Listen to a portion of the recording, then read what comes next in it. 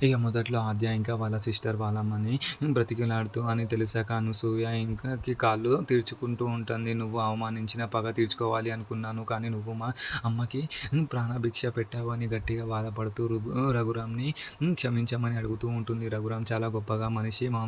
మనతో ఎవరికి కూడా కీడు జరగంది చూసుకుంటే చాలు అని అందరినీ క్షమిస్తూ ఉంటాడు. రఘురామ్ వాళ్ళ కూతుర్లో గట్టిగా అచీవ్‌మెంట్స్ కొట్టేస్తారు. తన ట్రైనింగ్ ఇచ్చిన సార్‌కి ద్రోచన్య అవార్డు, రామకి అర్జున అవార్డు కూడా రాబోతుంది.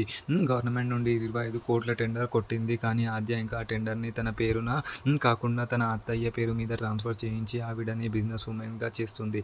పద్మకి ఆద్య మనసులో తన మీద ఉన్న గౌరవం తెలిసిపోతుంది. ఆ నుంచి ఒకే ఒక కోడలు ఆద్య, నా కొడుకు ఒకే ఒక భార్య ఆద్య అని అందరి ముందు డిక్లేర్ చేస్తూ ఉంటుంది. విలన్ బ్యాచ్ కూడా తప్పు తెలుసుకున్న ఇక నుంచి అందరం హ్యాపీగా కలిసి ఉందామని ఫిక్స్ అయిపోతారు. రఘురామ్ తన భార్య సంధ్య ఫోటో దగ్గర నుంచి చాలా ఎమోషనల్ అయిపోతాడు. నా ఇద్దరు కూతుర్లు ఒకరికొకరు బిజినెస్‌లో ఒకరికొకరు ఆఫీసర్‌గా గొప్ప స్థాయిలో ఉన్నారు.